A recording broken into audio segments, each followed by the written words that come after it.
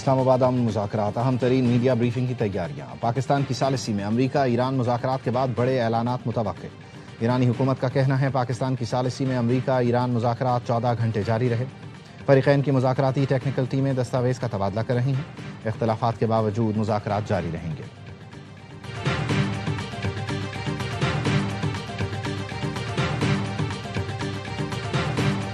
اسلام آباد امن مذاکرات دنیا کے لیے امن و سلامتی کی امید، توازن، تحمل اور مکالمے کی بڑی کوشش۔ جیری وینس سمیت امریکی وفد کی ایرانی وفد میں ملاقات ہو گئی، وائٹ ہاؤس نے تصدیق کر دی۔ 1979 کے بعد یہ امریکہ ایرانی اعلیٰ قیادت کی پہلی براہ راست بیٹھک ہے۔ امریکی نائب صدر جیری وینس جنگ بندی کی خواہش لیے اسلام آباد پہنچے تو نائب وزیر اعظم اسحاق ڈار، فیلڈ مارشل سید عاصم منیر اور وزیر داخلہ محسن نقوی نے استقبال کیا۔ معزز مہمانوں کی وزیر اعظم شہباز شریف سے بھی ملاقات ہوئی۔ ایرانی وفد اسپیکر باقر قالیباف کی سربراہی میں اسلام آباد پہنچا۔ وزیر خارجہ عباس عراقچی بھی وفد کا حصہ۔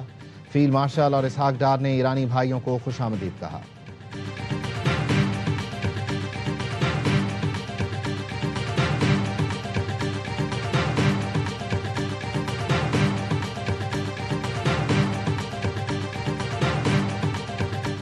امریکی نائب صدر جیری وینس کی وزیر اعظم شہباز شریف سے ملاقات۔ وزیر اعظم نے دونوں وفود کے تعمیری مذاکرات کے عزم کو سراہا۔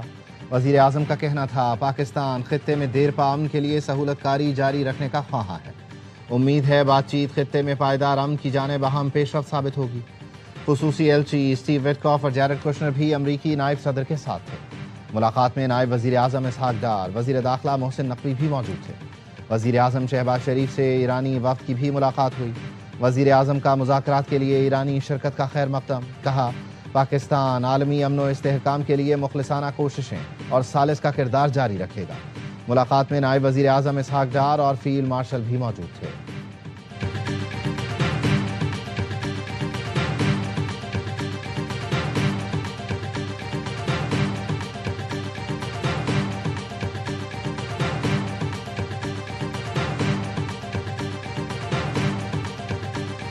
ہماری نیت نیک ہے لیکن امریکہ پر اعتماد نہیں۔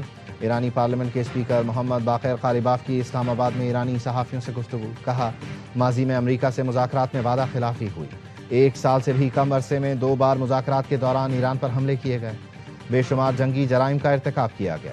امریکہ حقیقی معاہدے کے لیے تیار ہے تو ایران بھی مکمل آمادگی کا مظاہرہ کرے گا۔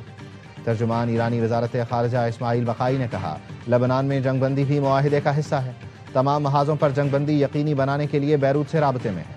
سفارتی کوششوں سے ہر قسم کی صورتحال پر کڑی نظر رکھی جا رہی ہے۔ جنگ بندی کے وعدوں پر عمل درآمد یقینی بنانے کے لیے کوششیں جاری ہیں۔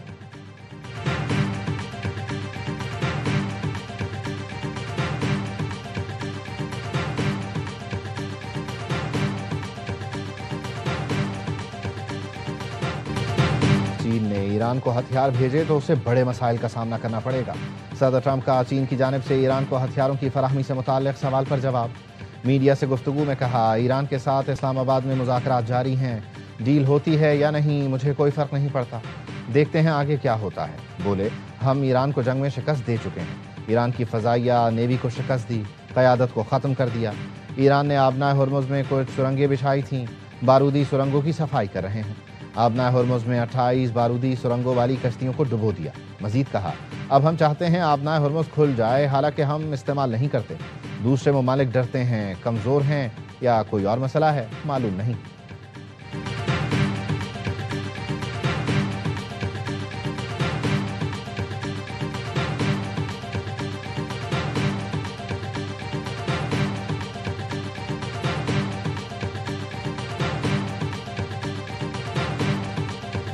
امریکی سینٹرل کمانڈ کی آبنائے ہرمز سے اپنے 2 بحری جہازوں کے گزرنے کی تصدیق۔ سینٹ کام کے مطابق یو ایس ایس فرینک ای پیٹرسن اور U S S Michael Murphy نے آبنائے ہرمز عبور کیا۔ بحری جہازوں کا گزرنا آبنائے ہرمز کو مائن سے پاک کرنے کے مشن کا حصہ ہے۔ خاتم الانبیاء ہیڈ کوارٹرز نے آبنائے ہرمز سے متعلق سینٹ کام کا دعویٰ مسترد کر دیا۔ ترجمان نے کہا آبنائے ہرمز سے کوئی امریکی بحری جہاز نہیں گزرے۔ آبنائے ہرمز سے بحری جہازوں کے گزرنے سے متعلق فیصلہ ایرانی افواج کرتی ہیں۔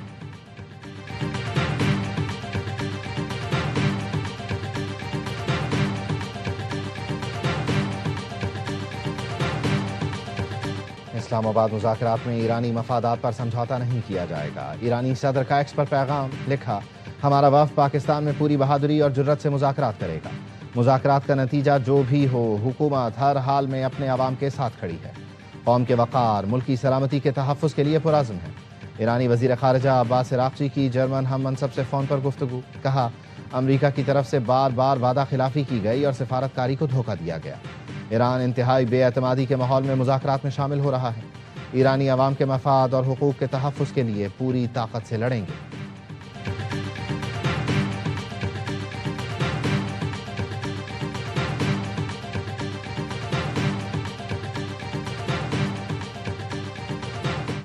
سیون ایئرس کی ہاسٹیلٹی ہے ایران اور امریکہ کی۔ دے ور انگیجڈ ان ایکٹیو وار۔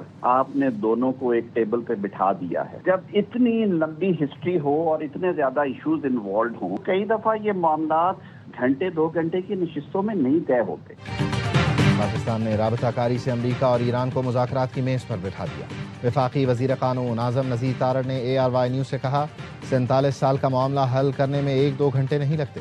فریقین کچھ بھی حتمی کرنے سے پہلے اپنی قیادت سے مشورہ کریں گے۔ وفد ایک دن کے لیے آئے تھے لیکن معاملہ آگے بھی بڑھ سکتا ہے۔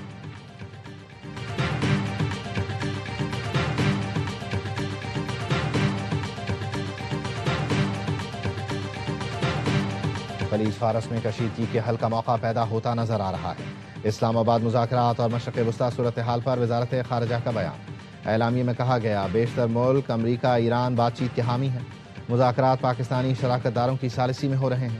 افسوس کچھ قوتیں امن کی راہ میں رکاوٹیں کھڑی کر رہی ہیں۔ ایران پر جارحیت کرنے والے اسے مسائل کا ذمہ دار ٹھہرا رہے ہیں۔ حقائق مسخ نہ کریں۔ 28 فروری تک یہ آبی گزرگاہ فعال تھی۔ تباہ کن تنازع کے بنیادی اسباب کا تدارک اس مرحلے پر بنیادی مقصد ہونا چاہیے۔ امریکہ اور اسرائیل کی شروع کردہ جنگ کا مکمل خاتمہ ہونا چاہیے۔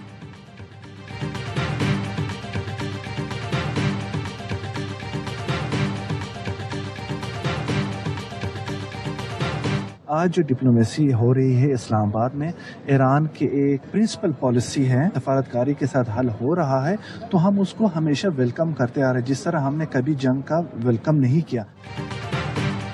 غیر ملکی صحافی بھی اسلام آباد مذاکرات سے پر امید۔ ایرانی صحافی مجید ہاشمی اور افضل رضا کہتے ہیں ایران جنگ نہیں چاہتا، ہمیشہ مذاکرات کی حمایت کی۔ اسپین کی صحافی نے کہا ایران امریکہ کو مذاکرات پر آمادہ کر کے پاکستان نے کمال کر دکھایا۔ ہم ثالثی کے لیے قطر، عمان اور ترکیے کا نام سنتے تھے۔ پاکستان اب ثالثی کرنے والوں میں نئے پلیئر کے طور پر سامنے آیا ہے۔ غیر ملکی صحافیوں کو پاکستانی کھانے بھی بھا گئے۔ ترک صحافی کو پاکستان کی بریانی بہت پسند آئی، کہا استنبول میں تو بریانی کے نام پر کچھ اور ہی کھا رہے تھے، بریانی کا اصل ذائقہ یہاں آ کر معلوم ہوا۔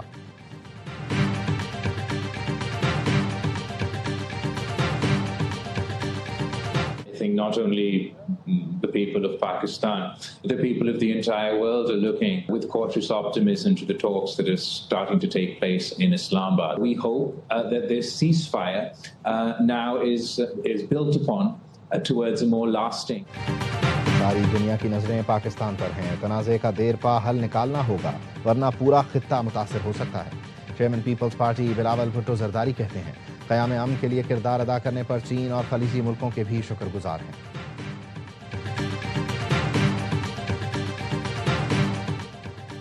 آج پاکستان کے لیے فخر کا دن ہے۔ ملک عالمی سطح پر قائدانہ کردار ادا کر رہا ہے۔